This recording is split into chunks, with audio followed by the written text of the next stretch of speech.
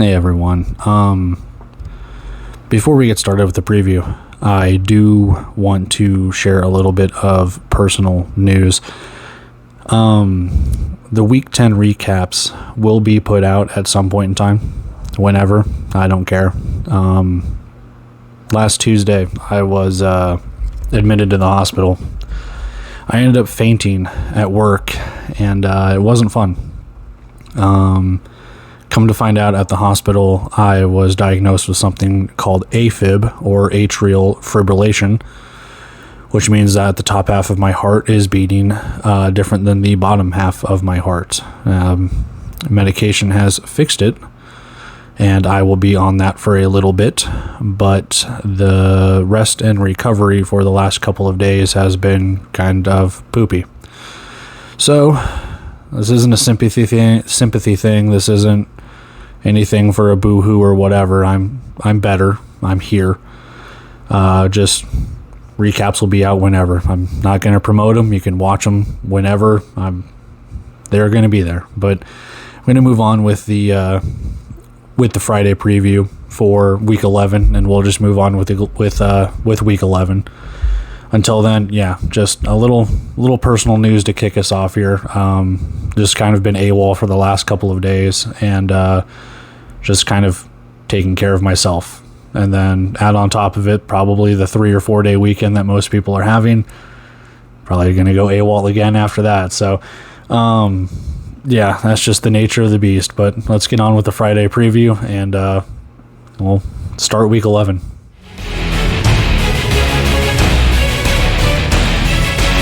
Hey everyone, welcome back to In the Alley. My name is Cody. Glad you guys are back for another video. Tonight we are previewing the Friday night matchup between Green Bay and Iowa. These two teams have met twice already this season. Final time this time around. So, without further ado, let's pull up the preview card here. And I'm a week ahead. I apologize. But it shouldn't be the 31st. It should be Friday, May 24th. 7:05 p.m. Central Time, YouTube and Caffeine TV, live from the Wells Fargo Arena in Des Moines, Iowa. The 6-2 Green Bay Blizzard taking on the 2-6 Iowa Barnstormers. Hey, look here at our statistical leaders. Green Bay has one hell of a team right now. I'm going to tell you that right up front. Led, of course, offensively by Max Myler.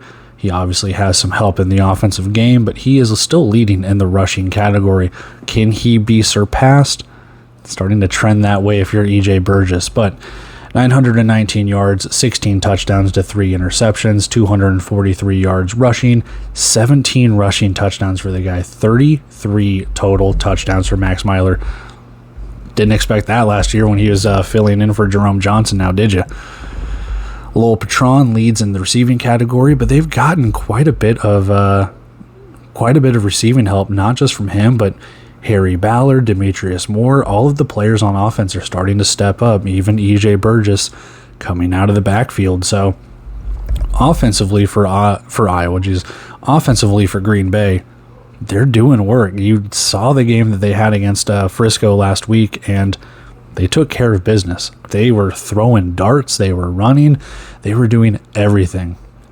But of course, we can't talk about Green Bay without talking about their defense. Sean Mustin, LJ Lovelace, Ravarius Rivers, that entire defense is a step above everyone right now. They are playing with their hair on fire. Ravarius Rivers, 43.5 tackles. He is my player to watch defensively. EJ Burgess, my player to watch offensively.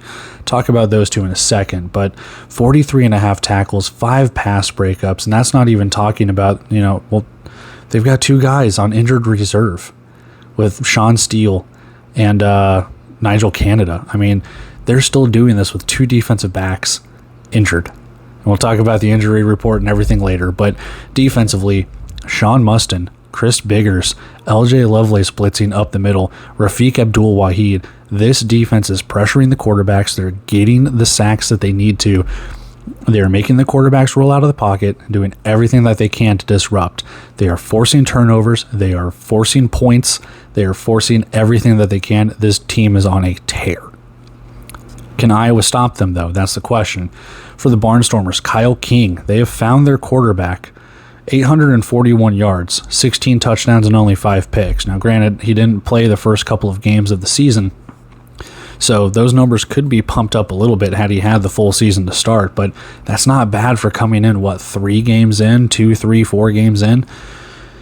Robert Washington, a little bit to be desired in the running category. Like I said, there was that one game, the very first game I think they played against Green Bay. He ran pretty well. He hasn't run that well since. Still 200 yards, nothing to sneeze at there. 9 touchdowns. He's only 43 yards off of Myler. So got to give credit where credit's due in that regard. Kean Williams, he didn't play in the last game. He's still leading in the receiving category, but as I've said in previous previews, you've needed wide receivers for Iowa to step up, and they have. It hasn't resulted in wins, but you see down below, one of my players to watch is one of the wide receivers that has stepped up. It's an old familiar name from Iowa last year. They've had other wide receivers step up too. Kean Williams, can he get back into that fold? Can he go there? We'll see. Defensively, Iowa, pretty good defense as well too. They didn't get the victory last week. Should they have? Maybe. Tyler Tate, 26 tackles, 8.5 for a loss. 2 fumble recoveries and a blocked kick. Ian McBurrow, 33 tackles, 6.5 for a loss. Jefferson Fritz, 42.5 tackles, so 1 shy of Ravarius Rivers. 3 pass breakups and a pick. I mean, the defense is there. You think about the Arizona game. You think about the Quad City game that they just had. There's another game in there that I think Iowa should have won. That their record does not show 2-6. Their record should be maybe 4, maybe 5. This team is better than what their record says, but your record says 2-6, so we got to go with it. Doesn't mean that they can't upset. Players to watch. Let's go EJ Burgess, 85 rushing yards, 4 touchdowns on the ground. That's an outdoor stat line. That is an outdoor stat line. He did it on a 50-yard field. That's incredible. Only 2 catches for 4 yards, so not that involved in the passing game. You didn't need to be. Ravarius Rivers, player to watch here, and we'll talk about the wide receivers and stuff for Iowa, but it's that secondary, not just Rivers, but Lovelace included as a linebacker.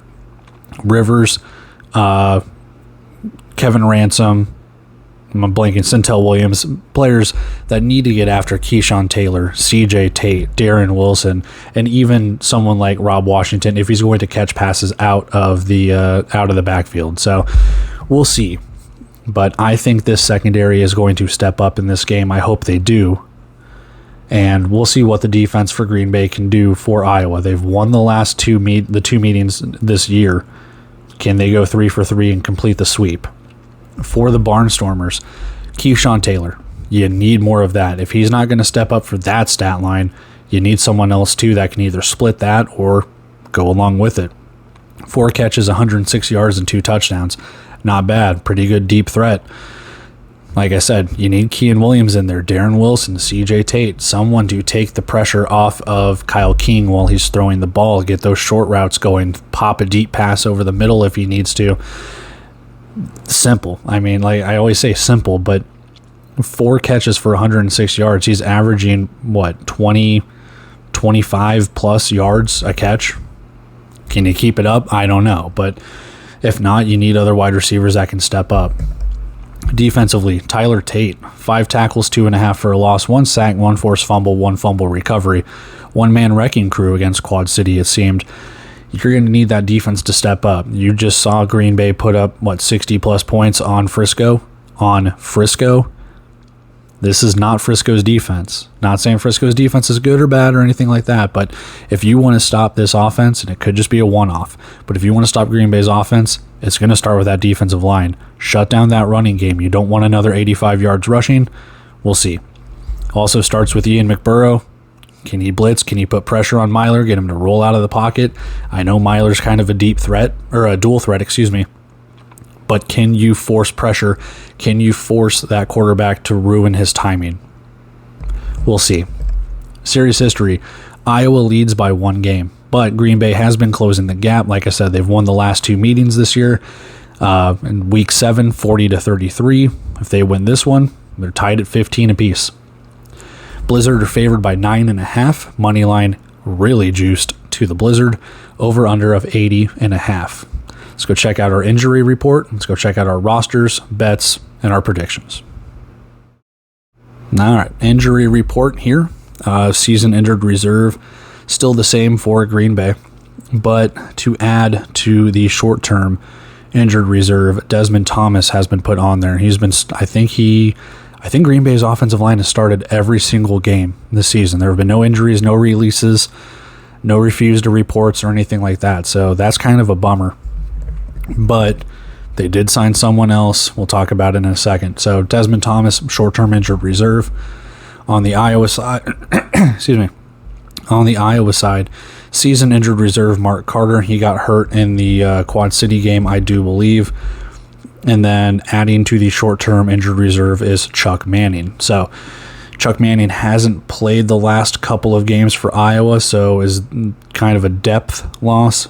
But ultimately, still, injury sucks. Let's go take a look at those rosters, see who's filling in those roles, and we will move on with the rest of the preview.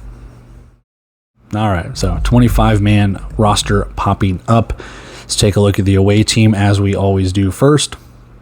Offensively for the Blizzard, Ethan Culberson on that offensive line is maybe going to fill in unless they have Gavin Torbert fill into that role for Desmond Thomas. Ethan Culberson comes over from Bay Area. He wasn't used. He wasn't in the 21-man rosters or any game day rosters or anything like that for the Panthers. So seeing him leave Bay Area, probably a depth loss for them. Comes over here, see if he can prove himself. Defensively for Green Bay, they had Justice Henson. They ended up letting him go. He didn't even suit up or anything, I don't believe. LJ Lovelace has kind of fit in nicely into that linebacker role. They have signed Darren Brown. I can't remember if I alluded to him in their last preview, but he is fully signed on now. He's on the website, everything along those lines. So the defensive line has a little bit of depth there. LJ Lovelace is joined by Julius Wilkerson. He is not officially named on the roster or anything, but through the transactions page on the IFL website, it has him named. By the time I'm recording this at 8 o'clock at night, he could have been put up on the website by now. Not sure. Defensively, on the secondary side, nothing changes for Green Bay. They still have Lakevius Daniel, who got an interception last week. Simeon Burns, Ransom Rivers, and Centel Williams will probably be your starters unless Daniel comes through. So on the Iowa side, here's a little bit of a head-scratcher. Zach Reeder has been signed. He played for Iowa for a couple of games last year.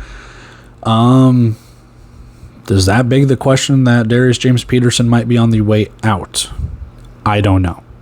They could also be using DJP as a running back, as a wide receiver. He had to fill in for a little bit last week when Robert Washington went down with an injury. So this could be a depth situation where DJP is still on the roster and they fill him in. It's not unheard of.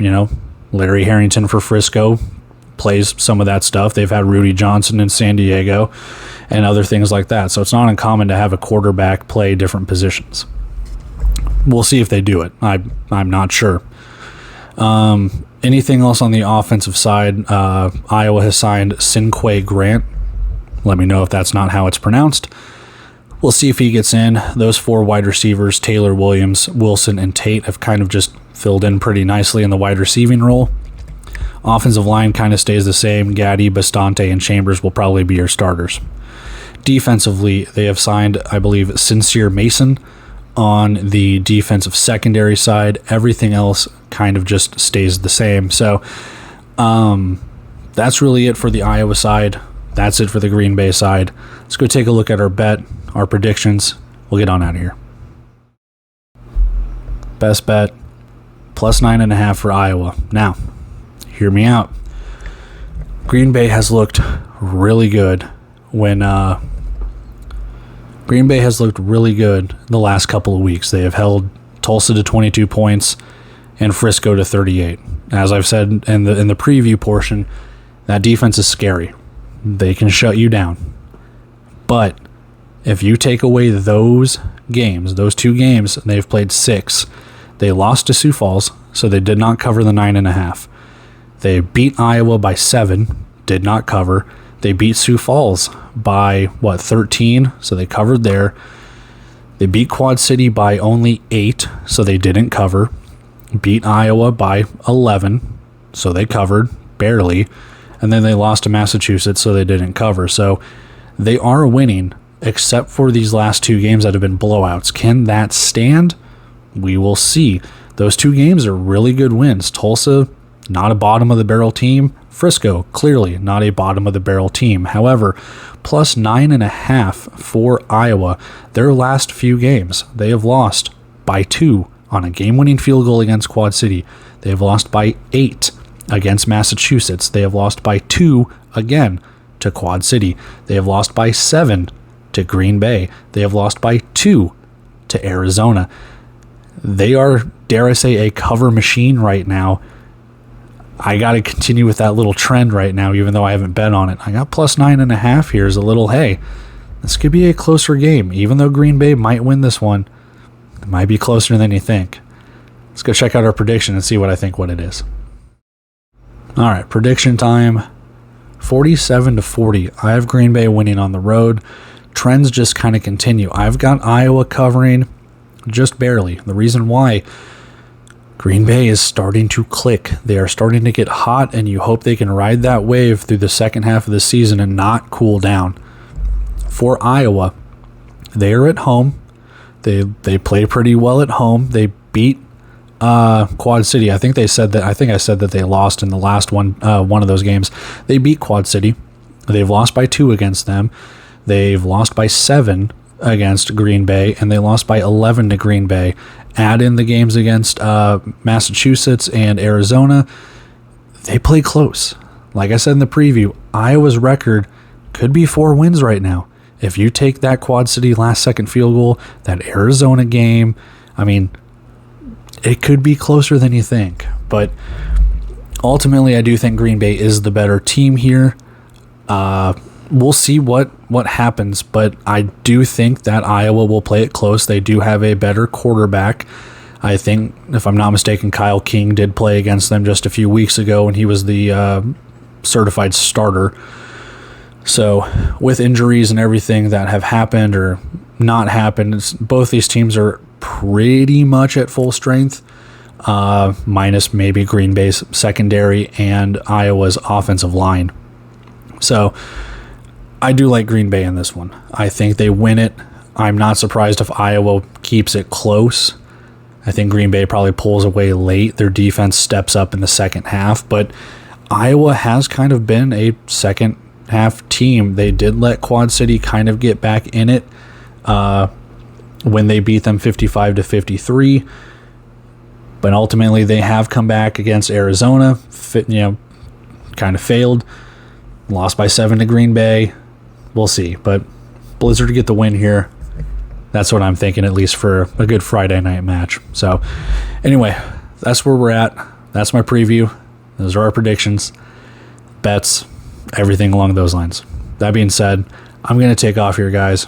Appreciate everything, liking, commenting, subscribing, showing the love. Everything you guys do means a lot. Appreciate all the subscribers, appreciate all the comments and the feedback and everything I get on all the videos. That being said, taking off here, guys. I will see you in the next video. See ya.